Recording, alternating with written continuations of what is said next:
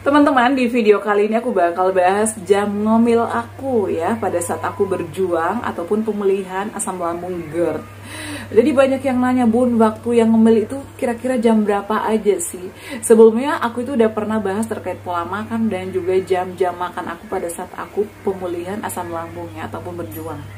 Nah, di video kali ini aku bakal lebih fokus ke cemilan aku ya, jam berapa aja sih aku ngemil, mulai jam berapa aja. Semoga aja ini bisa membantu kalian ya proses penyembuhannya lebih cepat lagi, karena ini benar-benar ngaruh banget sama aku. Alhamdulillah kurang lebih 2 bulan sembuh dan sampai saat ini aku udah sembuh total. Alhamdulillah, semoga yang nonton video ini juga cepat sembuh. Tetap semangat ya.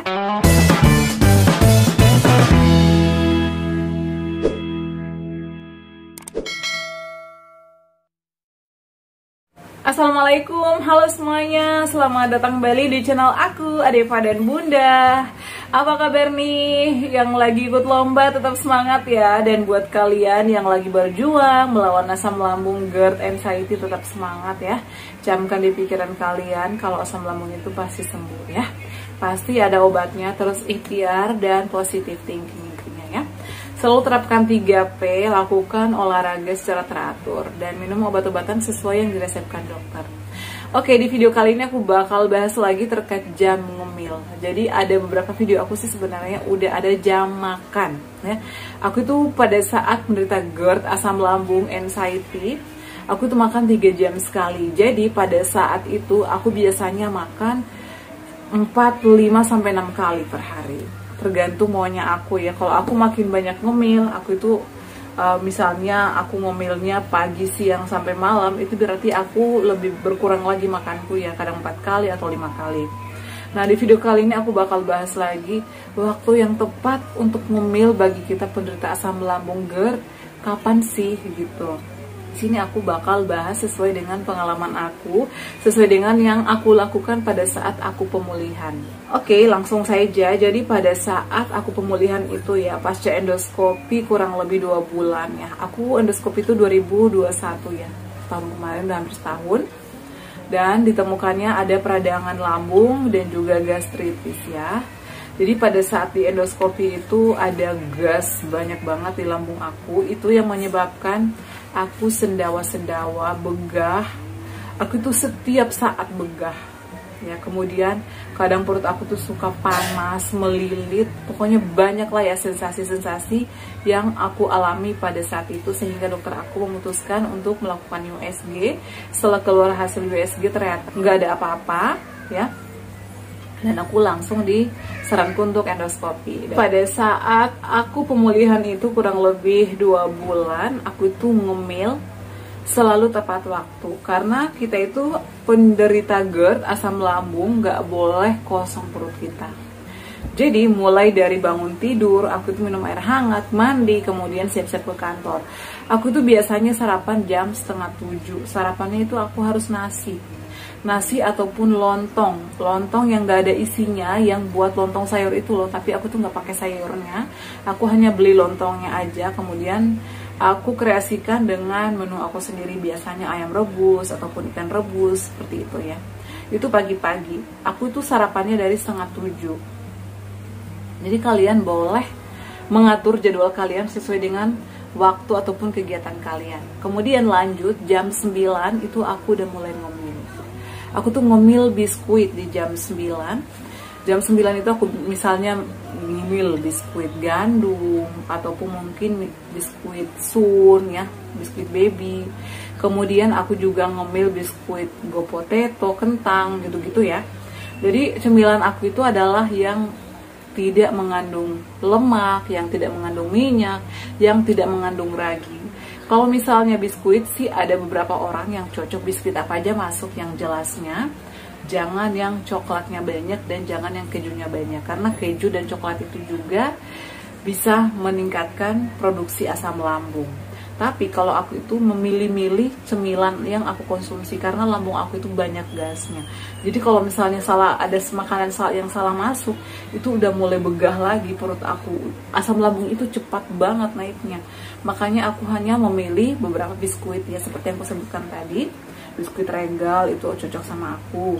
Kemudian biskuit gandum, biskuit kentang, go potato, kemudian biskuit bayi itu yang paling aman yang aku konsumsi.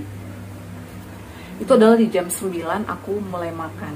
Yang ngemil sampai setengah 10 lah ya. Ini di kantor aku sambil kerja. Kemudian namanya ngemil kan tidak mengenyangkan ya. Kemudian kita tuh porsi makannya juga sedikit. Jadi aku itu makannya porsi kecil tapi sering 3 jam sekali. Nah di jam 10 itu aku itu mulai makan, mulai ngemil. Ngemilnya itu adalah oatmeal. Oatmeal ini aku seduh kadang 3-4 sendok, itu juga tidak mengenyangkan sih. Oatmealnya ini aku tambahkan buah-buahan. Boleh buah pisang. Pisang ini pisang barangan atau pisang kepo yang matang banget. Ya, jadi aku mulai itu jam 10 aku udah makan oatmeal. Ya, boleh misalnya kalian buah naga boleh, buah melon boleh. Pokoknya buah-buahan yang tidak asam dan juga yang tidak bergetah gitu. Kemudian biasanya di jam itu aku juga langsung minum Yakult. Yakult itu aman buat kita penderita asam lambung ya. Itu adalah Yakult terbuat dari fermentasi yang aman untuk lambung karena juga bisa membersihkan usus dan juga bisa dorong gas-gas yang ada di lambung ya ataupun di perut. Jadi aman ya untuk kita penderita asam lambung kalau minum Yakult.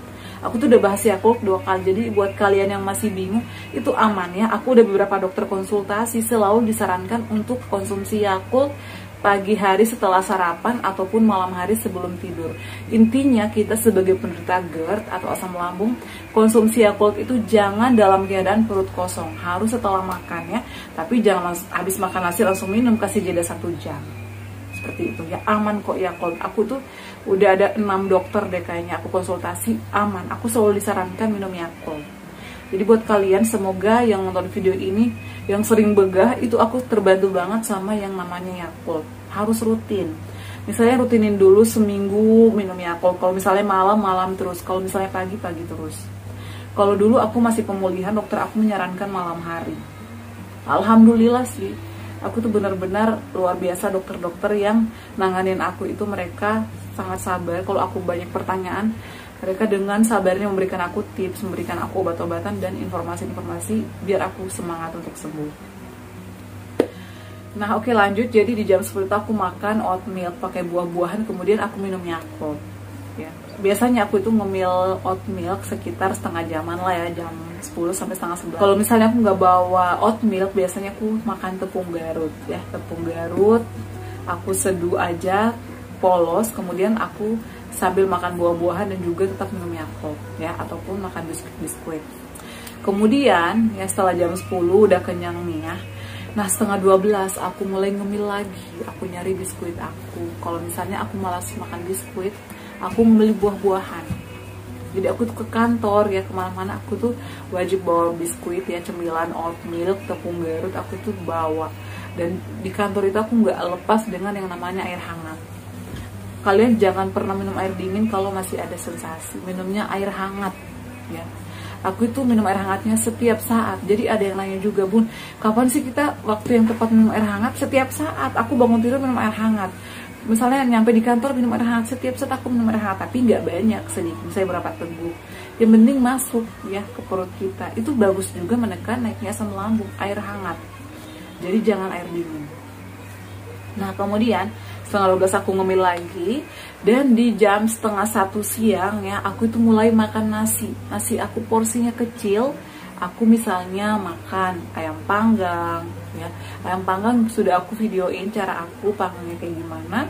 Kemudian kadang aku makan bayam ya, pokoknya sayur-sayuran yang sehat. Biasa aku labu siam aku rebus, itu labu siam cocok sama aku, aman sama aku. Kemudian biasanya juga aku makan buncis. Pokoknya menu-menu yang udah aku share itu udah aku coba sendiri. Itu adalah setengah 1. Setelah itu aku biasanya di kantor setelah makan, aku istirahat sejenak. Aku nggak tiduran ya, cuman senderan aja kadang di tempat tidur ataupun di sofa kantor. Nah kemudian di jam 2 itu aku mulai kerja lagi ya. Aku udah mulai sibuk lagi. Tapi nggak lepas dari yang namanya cemilan di meja aku ya. Biskuit, aku ngemil. Meskipun nggak banyak, yang penting terisi perutnya sambil minum air hangat. Itu sangat membantu kita untuk proses pemulihannya lebih cepat. Kemudian di jam 4 itu aku mulai beberes, pulang kantor, nyampe di rumah setengah 5, nyampe di rumah aku minum air hangat lagi. Kemudian aku biasanya makan buah-buahan, pepaya, ya itu juga bagus karena itu untuk melancarkan BAB kita ya. Jadi pencernaan kita tuh bagus ya. Setengah 5 aku setelah mandi ya, aku ngambil buah-buahan lagi. Dan kalau misalnya makan nasinya itu aku biasanya jam setengah 7 atau bada maghrib. Itu aku makan nasi terakhir ya kalau malam. Biasanya sih jam 7. Kalau misalnya bada isya itu aku udah ketar-ketir kalau misalnya belum makan. Jadi kalau misalnya jam 7 malam aku belum makan atau bada isya belum makan, aku tuh hanya makan rebus-rebusan kayak kentang, seperti menu aku kemarin, tahu. Kemudian perbanyak buah, karena itu tidak membuat aku begah banget. Nah kemudian jam setengah 9 itu aku udah nggak boleh ada aktivitas apapun. Suami aku tuh udah mulai ngoceh, nggak boleh megang handphone, nggak boleh lanjutin kerjaan apapun, simpan. Itu selama aku pemulihan. Jam 9 itu aku udah mulai tidur, matiin lampu ya. Kalau di jam tengah malam biasanya aku tuh bangun sholat malam kan ya, jam setengah 2 malam, dan perut aku lapar, aku tuh seduh oatmeal. Jadi di tempat tidur aku itu gak jauh-jauh dengan yang namanya termos air panas. Seduh oatmeal 2-3 sendok. Kadang aku sambil makan buah, itu bisa mengenyangkan dan bisa tenang, lambungnya itu nggak kerucuk-kerucuk lagi, jadi bisa tidur lagi. Nah dan ini kebiasaan aku kalau tengah malam setelah sholat malam atau setelah ngemil tengah malam itu aku susah banget tidur. Hal yang aku lakukan adalah dengerin ruqyah, dengerin relaksasi yang ada di YouTube. Jadi aku itu fokuskan pikiran aku ke relaksasi ya, atau suara-suara air itu ataupun ke suara ruqyah itu. Jadi tenang pikiran aku, nggak usah kemana-mana kayak gitu. Kalau misalnya aku nggak bisa tidur juga, biasanya aku nonton lagu-lagu yang aku suka. Aku tuh nggak suka nonton film itu yang aku suka hanya film-film yang dulu, yang jadul-jadul. Pokoknya lakukan yang membuat kalian happy ya. Kadang aku baca buku ya, baca buku cerita yang aku suka. Lama-lama aku tertidur. Itu sih yang aku lakukan. Jadi seperti itu ya waktu-waktu ngemil aku pada saat aku pemulihan dan berjuang melawan asam lambung, GERD, anxiety ya, atau dispepsia organik.